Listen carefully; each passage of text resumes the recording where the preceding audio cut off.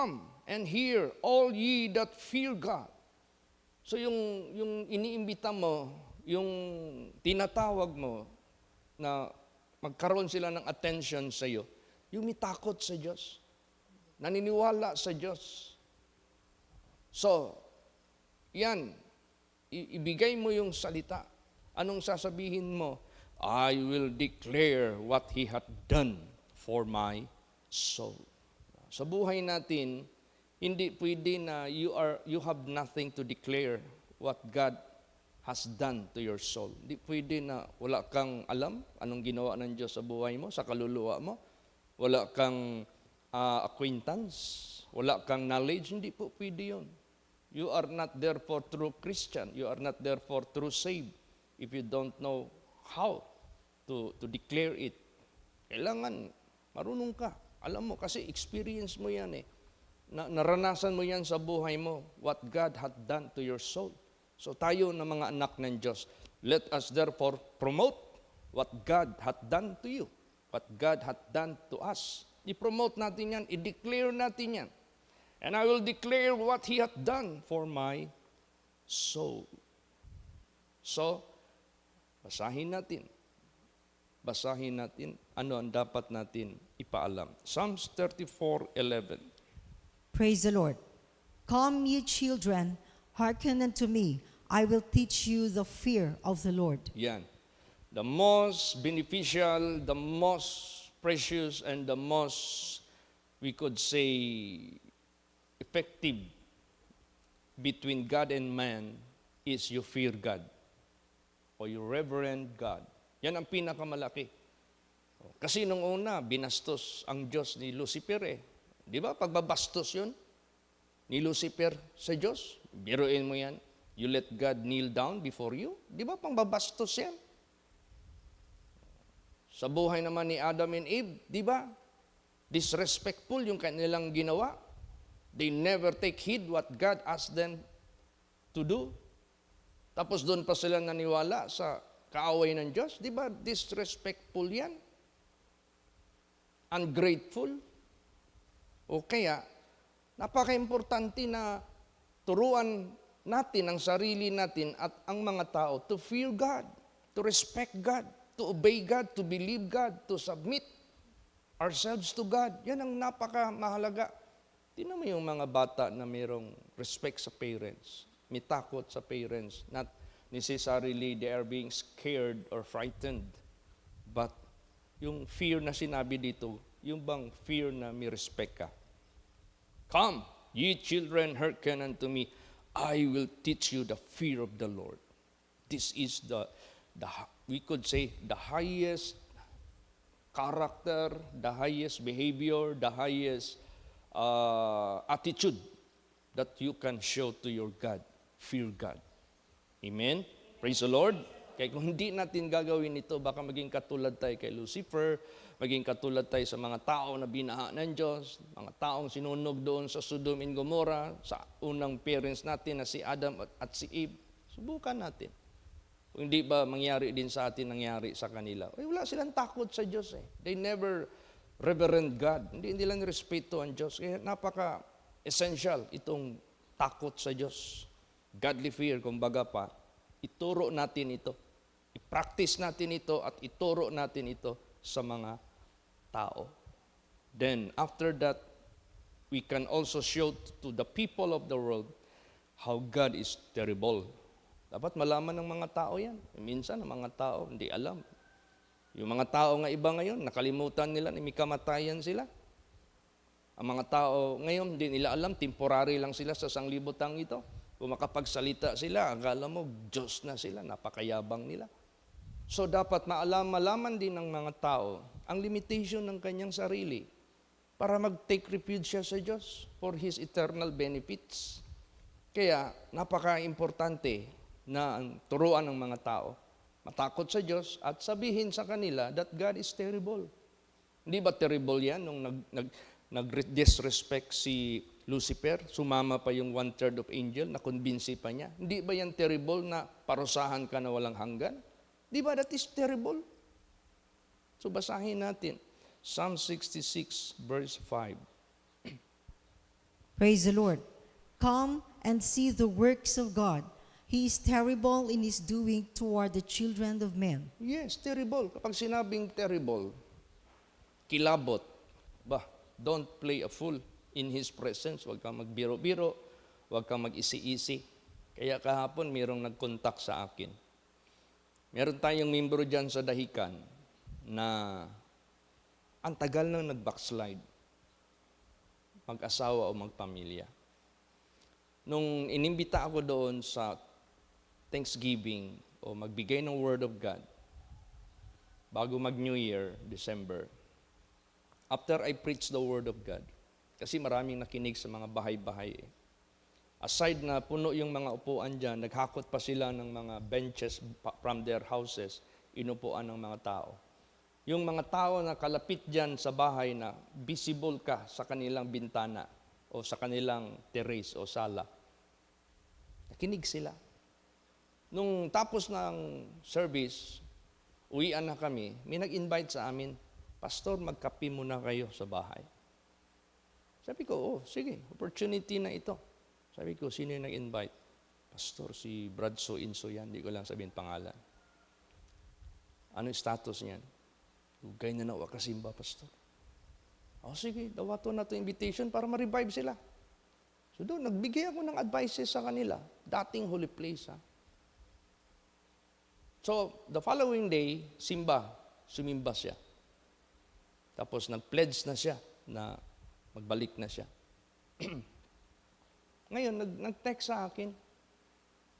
Chat, sabi niya, nag-chat ba? Pastor, na makigstorya sa imo, si Brother So-Inso. Kaya ang iyang anak ron, magsakit na sa ospital. Maglisod nag-istorya.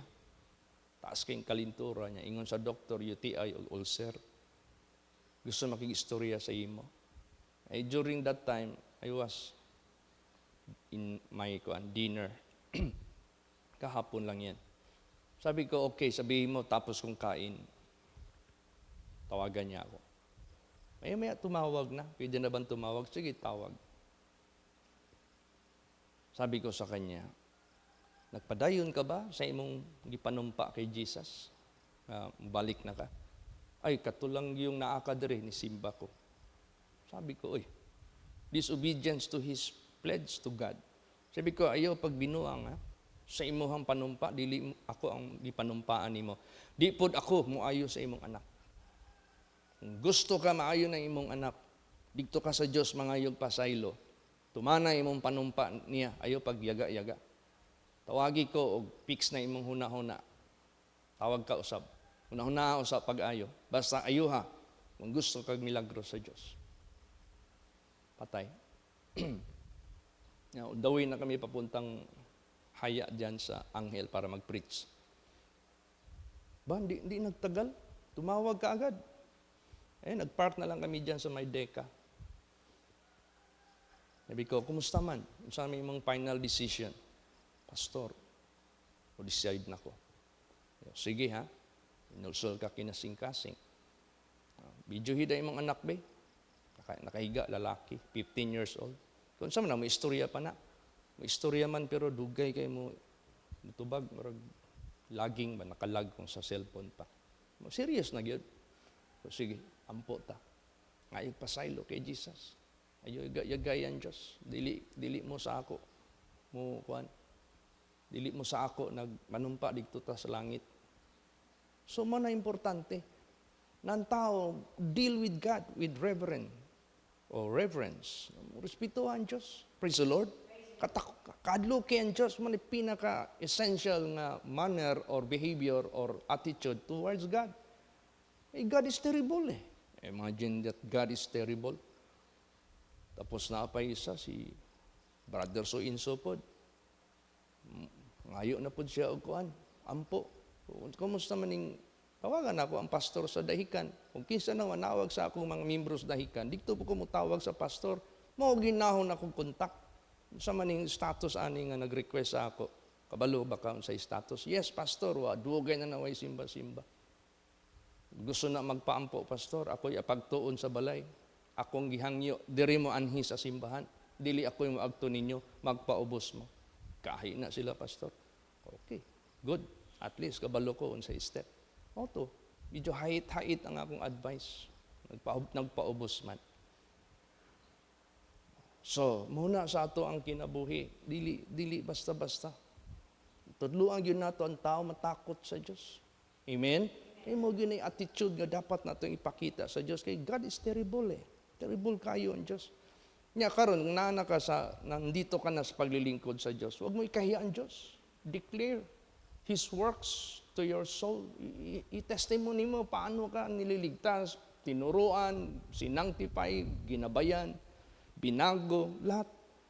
Make your boast in the Lord. Ipagmayabang mo ang Diyos sa buhay mo. Pagmalaki sa buhay mo. Praise the Lord. Basahin natin Psalms 34 verse 2. Praise the Lord.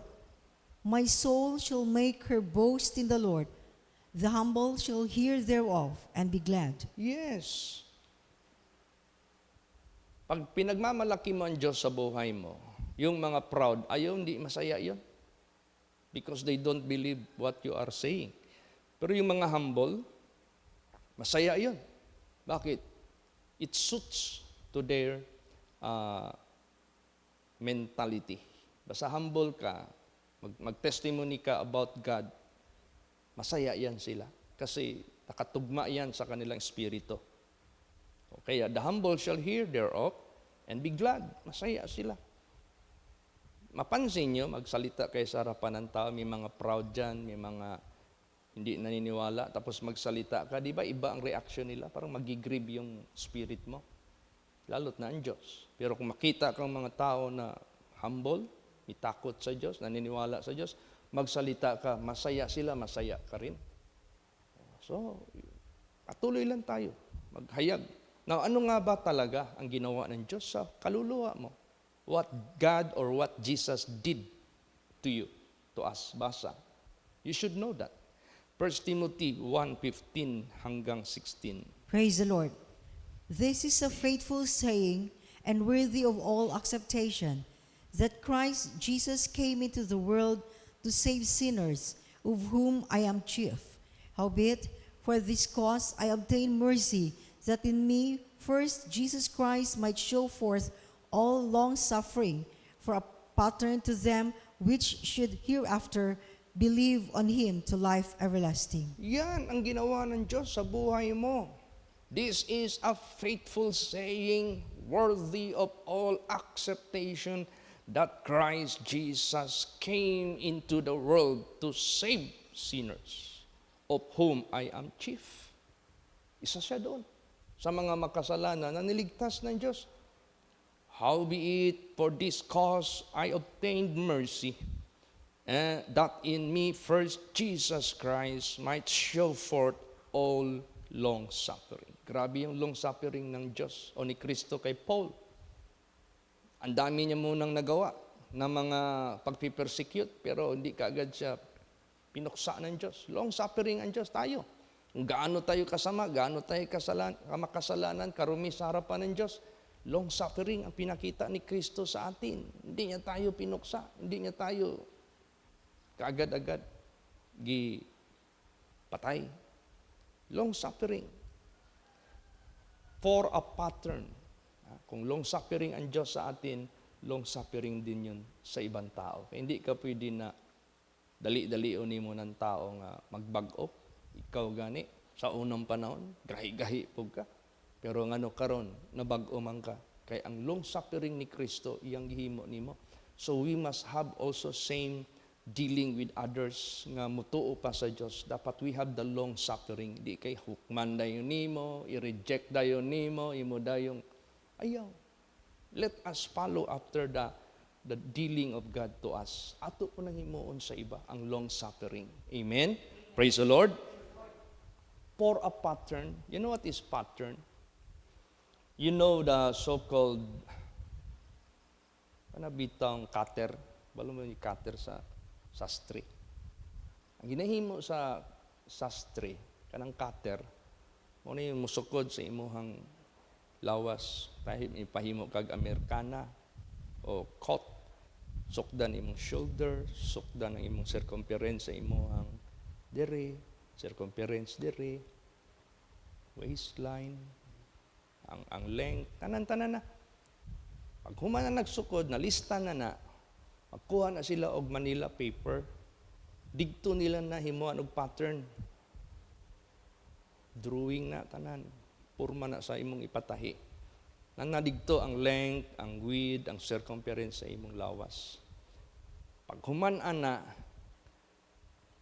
katingon nila na.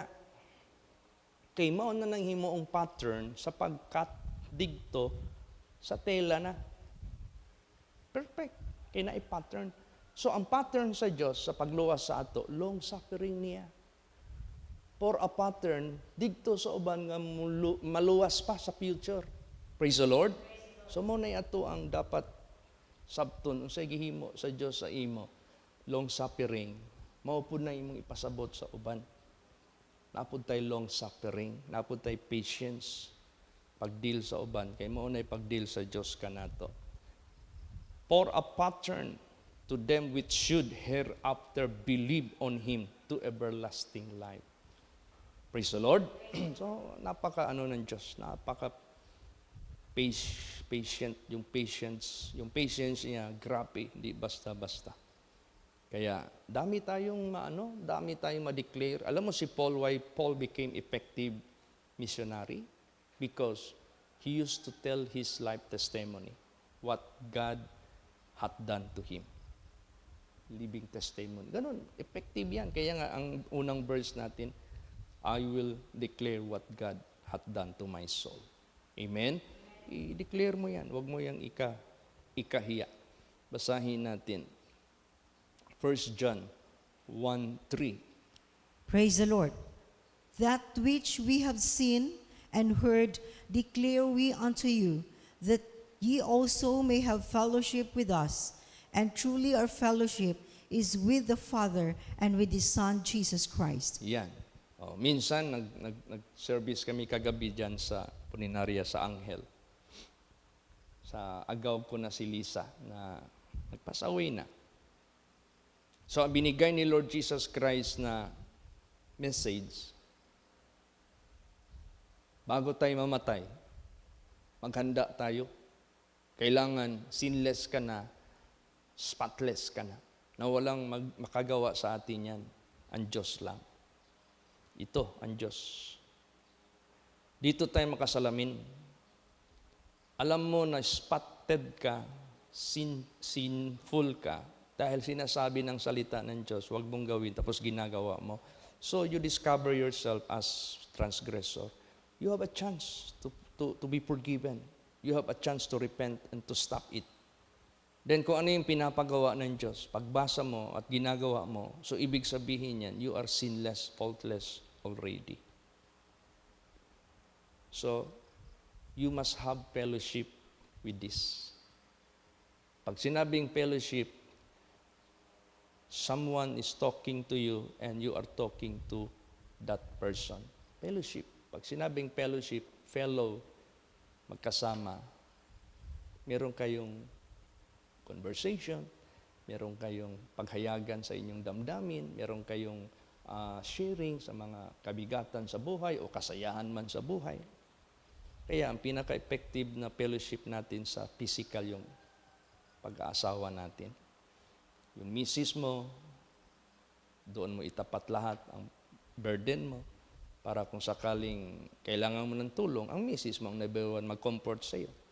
Ikaw naman, misis, magtapat ka sa husband mo para kung ano mang problema mo, yung husband mo ang magtulong sa iyo. Ngayon, ilagay natin yan sa Diyos. We should have fellowship with the Father and with our Lord Jesus Christ.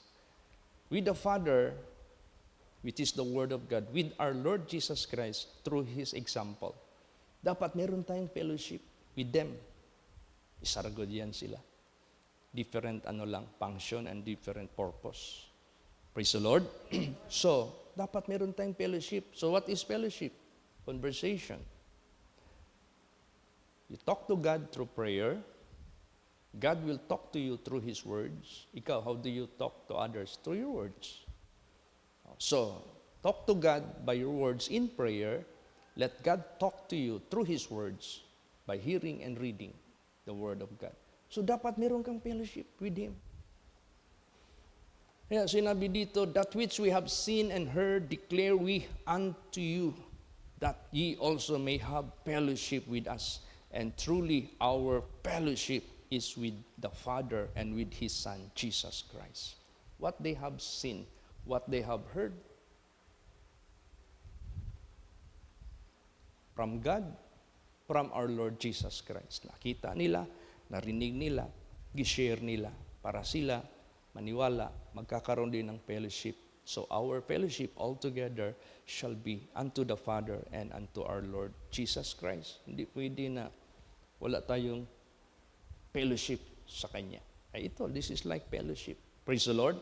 You hear His words, then God is hearing your thought, hearing your mind, hearing your lahat na anong pwede mong yung reaction mo after you have heard His words. Kaya, declare what God hath done to your soul. Huwag mo ikahiya. Amen? Praise the Lord. I-declare mo talaga yan. So, ano pang ginawa ng Diyos sa atin? Basa, 1 John 1:5. Praise the Lord. This then is the message which we have heard of Him, and declare unto you that God is light, and in Him is no darkness at all. Yan. Kagabi na-explain doon sa relatives ko, kasi relative ko man yun si Lisa. So yung mga kapatid niya nandoon, galing pa Cebu, galing pa ng Palawan, nagpunta lang dito, galing pa Manila, para mag-attend. Tapos yung side ng husband niya, ang dami ding mga kapamilya nila. So maraming nakinig sa salita ng Diyos. So ano ngayon ang binigay na message sa kanila? Through the Word of God. Na kinakailangan ang bawat isa mabago. Kailangan alam mo ano ang status mo sa buhay mo. Saan ka magpunta? Doon sa nagmanufacture, lumalang sa iyo, which is God. Kaya makinig kayo lahat ng salita ng Diyos. In times like this, you need the comforting message of Him who created you and this dead person. Ikaw, husband, lahat mga anak, makinig kayo. Bakit nangyari ito? Ayun, in-explain ng husto. Huwag kayong mabahala. Tulog lang ito. At alam natin, we should know, we have two bodies, the physical and the spiritual. The physical, normal lang to. Hindi ito unusual. We are bound to this. Tanggapin natin yan. Huwag natin yang pigilan kasi iyan ang totoo. Pero yung kaluluwa natin, isipin natin. Kasi hindi yan ma-stop sa kanyang pagka-ikaw, pagka-ako. Forever tayo. We are created in the likeness of God. If God is forever, we are forever. We are created in the image of God. If you want to see God, look at yourself. That is the image of God. If you want to know your inner man, remember God. He made you in His likeness. He is forever. The question is, where will you spend your eternity? Yun na, binigay na sa kanila ng salita ng Diyos. Dami nilang natutunan sa salita ng Diyos. Kaya i-declare natin anong ginawa ng Diyos sa ating kaluluwa. Masaya ang Diyos niyan. Amen? Pagmayabang natin yan, ang Diyos ang ipagmamayabang natin sa buhay natin. Last verse, Colossians 1:13.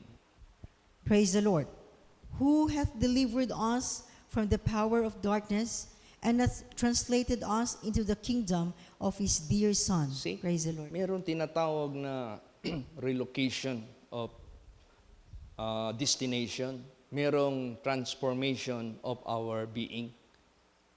Ano man yun? He hath delivered us from the power of darkness, from the power of Satan, from the power of sin, from the power of deception, from the power of lies. Niligtas tayo. And hath translated us. Ano yung translated? Parang English, i-translate mo sa Tagalog. Ibig sabihin niyan, it is completely different. So pag sinabing translated us, into His kingdom, from hell to heaven, from sin to righteousness. It's completely different. Praise the Lord. Oh, i-translate. Alam mo, meron akong naprihan na Chinese. Biko ang trabaho nito. Translator yan, pastor. Sa ano? From Chinese to English. So yung Chinese character, i-translate niya yan into English. Magaling siya. So, basahin mo yung English at saka Chinese. Meron bang similarity? Completely, absolutely different. Ang letra lang ng Chinese character, magkaiba doon sa alphabet ng English. So pag sinabing translated us from hell to heaven, from sin to righteousness, yan yung ginawa ng Diyos sa buhay natin. Amen? Praise the Lord. So, who hath delivered us from the power of darkness and hath translated us into the kingdom of His dear Son. Kaya, come and hear, all ye that fear God, and I will declare what He hath done for my soul. So, tinanong ko sa kanila, what you want me for my next schedule dito sa Anghel? Pastor, Huwebes. So, God be willing, bukas, balik tayo doon. To render again the Word of God. Kasi marami pang parating.